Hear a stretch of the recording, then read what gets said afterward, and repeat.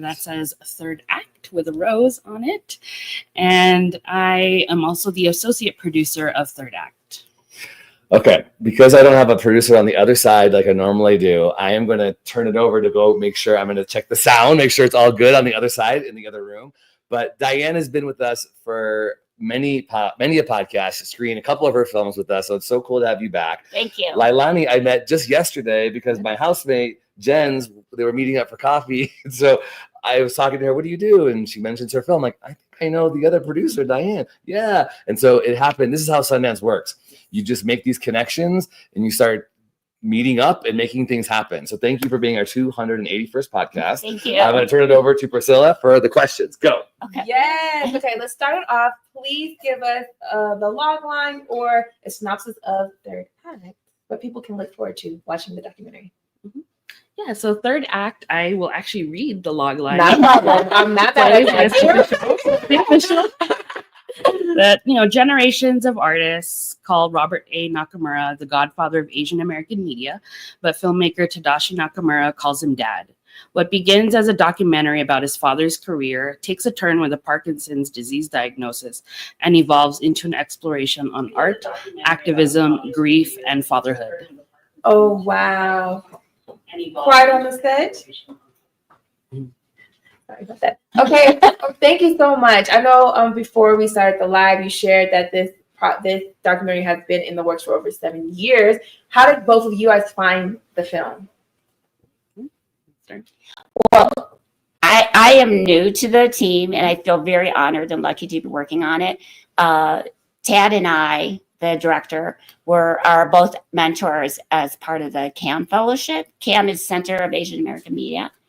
And we were both working as mentors, and he was telling me about the film and how important it was to him, and just wanted advice like how to bring it to the next level state. And so I started working with him, and I feel so lucky to work with Yuri and then Lailani and so many on the team. And the best news was when I remember getting the text, we got into something. Yeah. So I'm really relatively new, but just been so welcomed by the team. We have a studio audience today, so come on in, y'all. You can come closer if you just came in. We are welcoming you to listen and ask questions later. Studio audience. Oh, yeah. Before Lailani, you answer that, I want to know quick, because I know you got the text too. Does that come the week before Thanksgiving? I'm told to get the selection. It's November 14th or 15th. Okay. I can't remember what day, but that was November 15th was the day we got the call from Mighty and Gap. Okay. And the year before, we were with the Quest film team when they got the call on November 15th. So on November 15th, we were like checking are they going to call? And sure enough, they did. So, and it was pretty much the same day for Third Act. That's great. Okay, cool. So if you don't hear by Thanksgiving, chances are you're not going to Sundance. Because it says on the website, they let you know by December. They're announced by December. Yeah. But it's always early. Go ahead, Lailani. Yeah, for me, I found out I actually got onto the project in June of 2019. I had been a longtime volunteer and had recently joined the festival staff at Visual Communications. And because Robert A. Nakamura is also one of the co-founders of Visual Communications, I was already connected to the community. And so I had left the banking industry. And what's the banking industry? The bank. I work in a bank. I used to work in a bank. Regular 9 to 5, like most of us guys. I used to have a 9 to 5. And, so I learned about the project, and Tad at the time was still in development for the project, and he didn't really have a big team at that time, or a producing team. And he had asked me if I wanted to help out. And, and I jumped on board and learned about the project and saw the working sample, and I was already in tears already with that. And I knew this was going to be such a special project. I didn't know how long it was going to be. I thought it would be like 1 to 2 years, but you just didn't know. This was before the pandemic. And so I've been lucky enough to be on the project since. Well, congratulations. She went from volunteer to working alongside the co-founder of the festival you volunteered at. And now you are a Sundance elected producer. That's no joke. Thank you. Congratulations. Thank you. Let's talk about the producerial responsibilities. Everybody always says, what does a producer do? We always say the producer does everything. At PGA's panel yesterday, one of the producers said, try making a film without one. Yeah. Right? Because you can't. You need producers. What would you say was your niche on this project that you brought skills to? Or what skills was your niche that you brought it to? I think for me, it was, as an executive producer, was bringing in overall strategy, especially thinking about like, this story meant so much to Tad and his father. It's like, how do we bring it to the biggest audiences possible, as many people as possible, to get his story out? And so that was kind of my goal, was like, how do I work with the team to make sure that happens? So it's like, once we got into, was first of all, getting into Sundance. The other thing was also then finding a PR team, finding a sales agent, starting to think about other festivals and think about that strategy, which festivals are good to follow up after this, and just knowing how it all works. So that was, I think they were hoping that I could bring on. Cool. Yeah. That's awesome. I just want to jump in. Oh, and marketing materials, things like that. Yeah. Because at the level that I'm currently working film, typically like the executive producer is like listed as a perk off of my like, you know, the fundraising aspect. Yeah. And those executive producers usually just give large sums of money. It's interesting to hear that you brought a quality that's worth more than gold. Oh, thank you. Because you literally, not probably just using your connections, but you brought the strategy of how the film can win, and your marketing background was, you know, applied as well. But can you talk a little bit about that? Like finding executive producers that not only give large sums, but also can give like your expertise that you brought that is invaluable. Well, I think that, I mean, Yuri and Tad are really on top of it already, but I think it's great that they realize that, okay, how can we find someone who's done it already? And then meeting Tad and Yuri and learning about their story, I really wanted to be involved. But you know, just like fiction, there's many different kinds of executive producers. Yeah. Definitely there's executive producers who get that as credit for funding. And you definitely need that, right? We all need funding. So you need those kind of executive producers.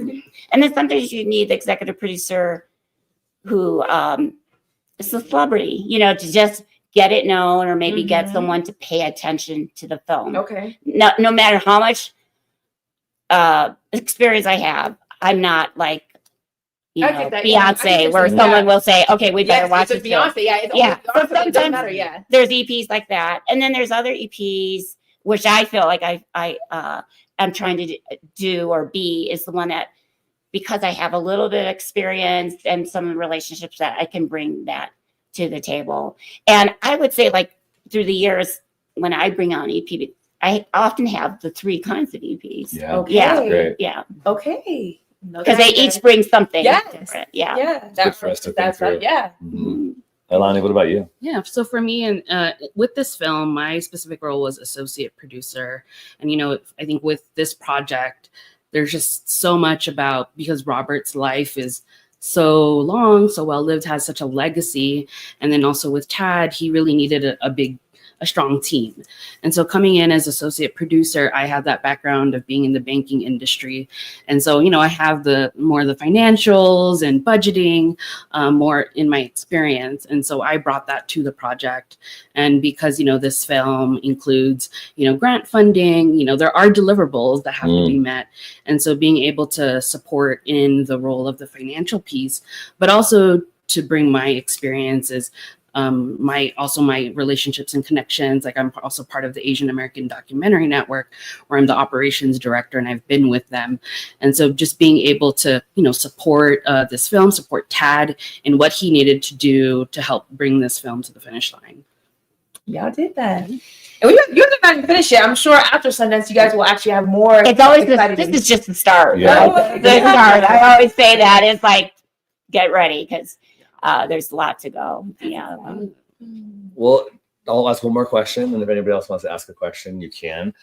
I like to talk specifics about the deliverables to Sundance and also the expectations of what a filmmaker should have when coming to Sundance, because Sundance is so iconic. People think, oh, great, getting into Sundance, it's cakewalk then. It's actually not. A lot of people don't deliver they're not even finished when they get sometimes the call. They still have to tweak things in sound design or get all the EPK and stuff together. Can you talk a little bit about like the 5 things or whatever that you know you should do when you get selected to a big film festival like this? Because they also don't pay you to come, right? Yeah. So Yeah. all of that stuff. Can you share anything about that? I think the first thing you have to do is finish the film, because you're right. In most cases, I remember Steve James, who was EP for, he's the EP. I mean, he was a director of Hoop Dreams, and he was EP on Mind Gap. He would literally, at that time, it's like you bring actual hard DCP, hard, and so he would carry it on the plane to Sundance because he's just finishing at the last minute. So I would say, in general, most people are just finishing the film as soon as they get the call. Now it's like this mad rush. And I know Yuri and Tad were working up to the last minute, and they're in LA. So with the fires, they were delayed maybe a day or so, not too much later, but that's the first thing, is finishing the film. And then the other thing, which is a big thing for me, was finding the money, because to your point, it's not like Sundance pays you to be here, and it's not cheap to be here. It's expensive. Yeah. And you want to bring your team, and you want to bring your participants in the film, and you have to hire a publicist in most cases. Not everybody does, and you have to, all those expenses add up. So you have to figure out a way, how am I going to pay for all that? That's what I remember, because Money Get was my first film, thinking like, the good news we got in, now how are we going to pay for all this? Yeah. So I think those are like the 2 main things I was thinking about. And then, of course, then you're building your, you have your film team. Now you're building your other team to try to, once Sundance happens, it's like, how do you now get it out into the world? Which means hiring different people, like a publicist and sales agent. I want to say, budgeting wise, a filmmaker, this is, could give or take 10K, but 50K. Yep. Right. Yeah. It's kind of what you should be thinking about. Yeah. I'll never forget the first film here. We're already trying to find, like, the Airbnbs are so expensive. Yes. And if you wait till November to find out, most of them are already booked. So now you're really paying extra thing. And then I remember one of our supporters says, and then what about a premiere party? I'm like, premiere party?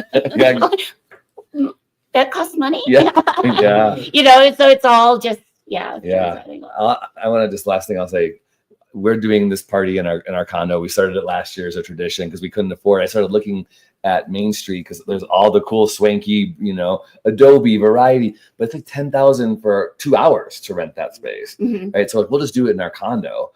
It's incredibly wild how much privilege to be a filmmaker, like we take for granted. Yeah. Because it's a cost, it's a sacrifice. Yeah. It costs. But then, I mean, it's true that it's not necessarily like, now if you're in Sundance and now everything's taken care of. That's right. But there are a lot of big positives to being in Sundance, definitely. You just have to be realistic that not everyone is going to get that big deal and big sale. You just have to appreciate what you do get from it, which is exposure and audiences, usually from all over the world, and then hopefully a sale. But it's not a given, especially now. By third act, and thank you for being on the Brave Maker podcast to expose the world to it. All right, questions? Anybody have a question out there you want to ask of Lailani? Go ahead, Eric.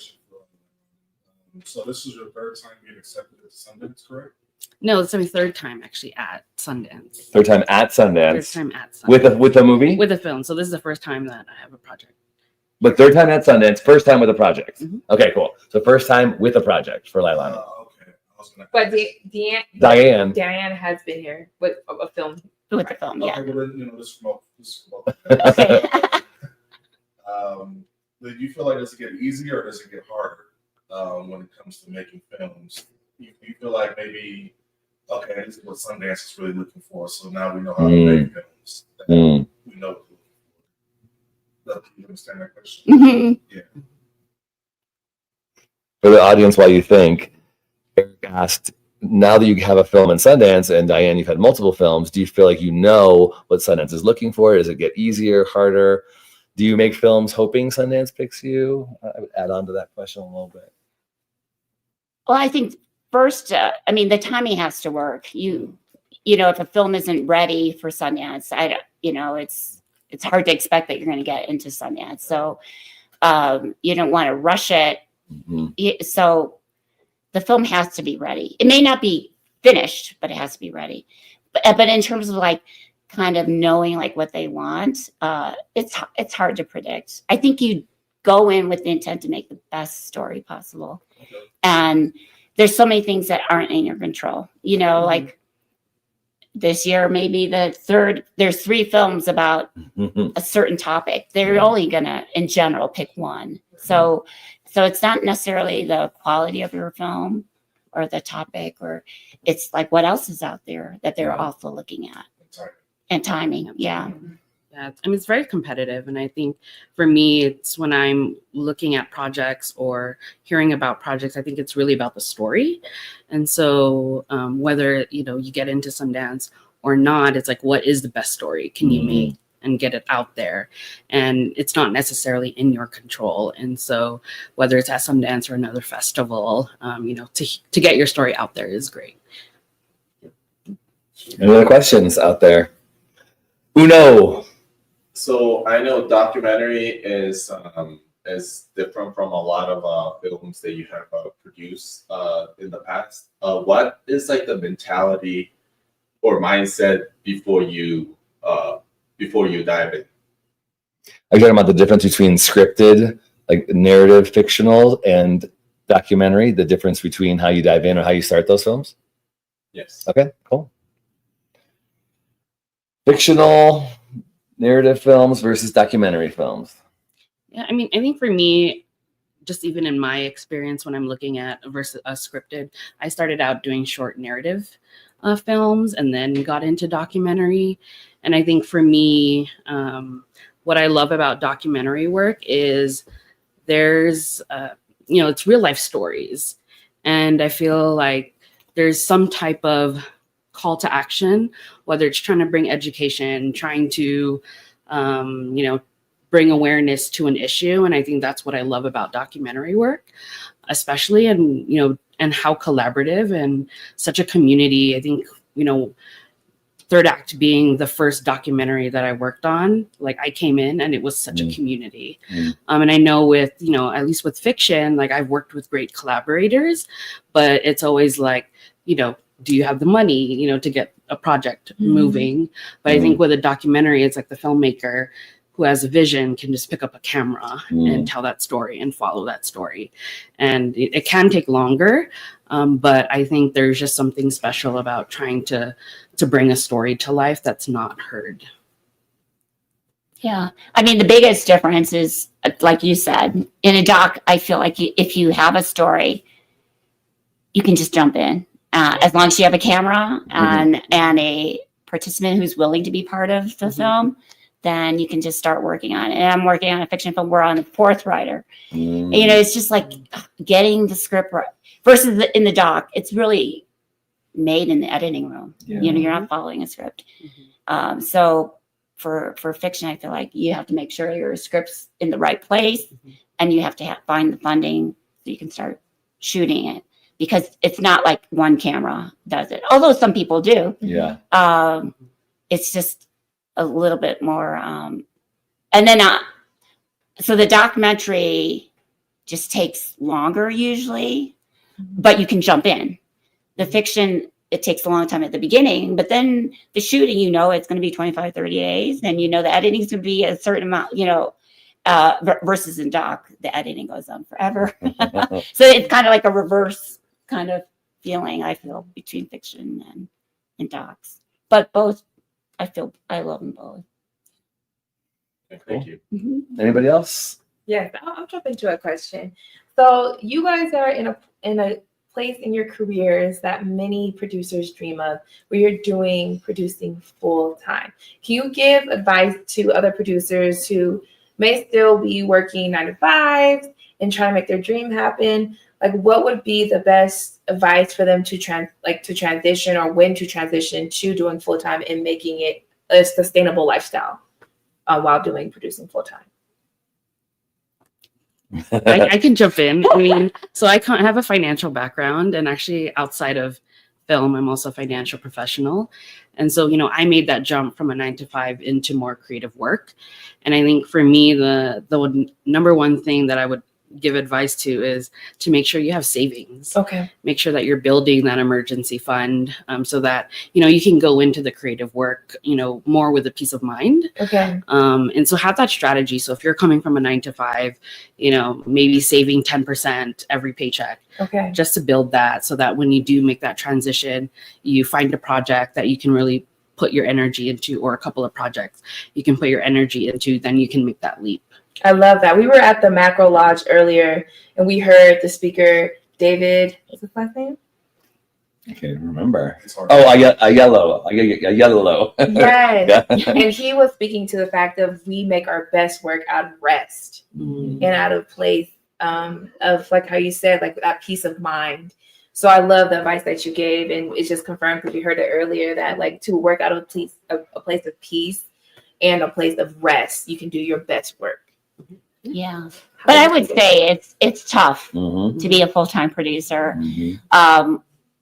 I remember this one person said he wanted to produce and he's a doctor. And I said, can you do part-time doctor? I mean, you still need, in the beginning at least, I think you need to have, like, whether it's savings or some kind of way to pay your rent, because often you're the person finding the funding. And so there's no funding until you find it. Yeah. So also to get peace of mind is knowing that some way you're paying Yeah. the rent. And then for me, then eventually after building up a slate of projects, all in different areas, some about to sell, some are in development. It allows like development, you're not making money, but if you're about to sell, then at least you're making money. So staggering the projects. The hardest is though, docs, you just can never predict. You'll say, okay, I think 2 years, and then 5 years later, Dang. still working on that. Well, Yeah. thank you guys for that advice. I really appreciate you guys giving me uncut, raw version, your journey version, because you guys are inspiring. Like so many Thank producers you. can't wait to be in you guys' shoes at this moment and to continue to see you guys grow. And we believe that, they're doing it, we can do it. Thank you. Thank you so Thank much. you. Yeah, and I want to encourage, I'm thinking about your advice about making a documentary. You can do short documentaries, 3 minutes, 5 minutes, like do a documentary on your grandma or, your neighbor, something simple and unique. You Yeah. can do it on your phone or, make it a reel on Instagram. Like these are things that could be, just tell somebody's story. Yeah. You can do that now. Yeah. And you can call yourself a filmmaker. I met Diane in Chicago because she had a short film, and I had a short film in the same festival. And I'm like, wait, she's got a short film about a guy in Palo Alto at Stanford. I'm like, I live in Redwood City. She's like, oh, my daughter goes there, and I live there. Da, da. And so we have been, connected ever since. That's been a long time, like 10 plus years. I Yeah. think. Yeah. But it was a really cool short film about this guy who would always go to the games, the athletics. Right. My daughters were athletes. One's soccer player and one's a field hockey. He was at every single game. So it's like, I took a class and they said, you have to come in with a topic. And I'm like, what can I do? So I was always curious about him. Cliff, who comes to every game, leaves on his own, comes his own. I mean, every game, meaning in North Carolina, Maryland, like wherever we're playing. Yeah. Yeah. Sometimes sleeping in the airport, just by coming to the game. And everyone says that they know him. But when you ask them, well, okay, other than being the super fan, what do you know about him? No one really knew. So that was my idea, was like, let's find out who Cliff really is.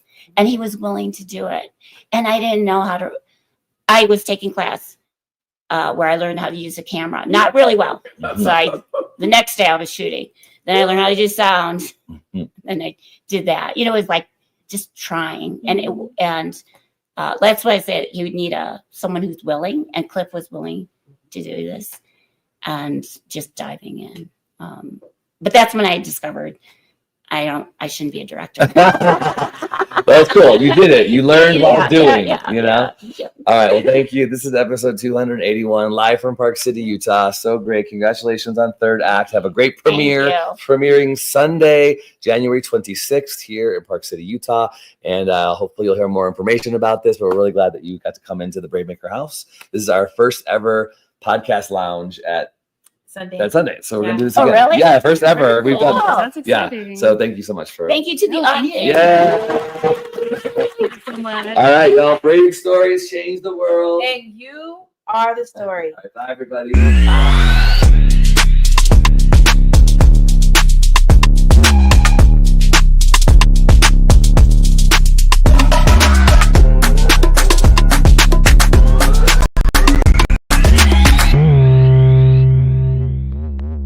Follow us on Instagram, Twitter, YouTube, and Facebook at bravemaker.org.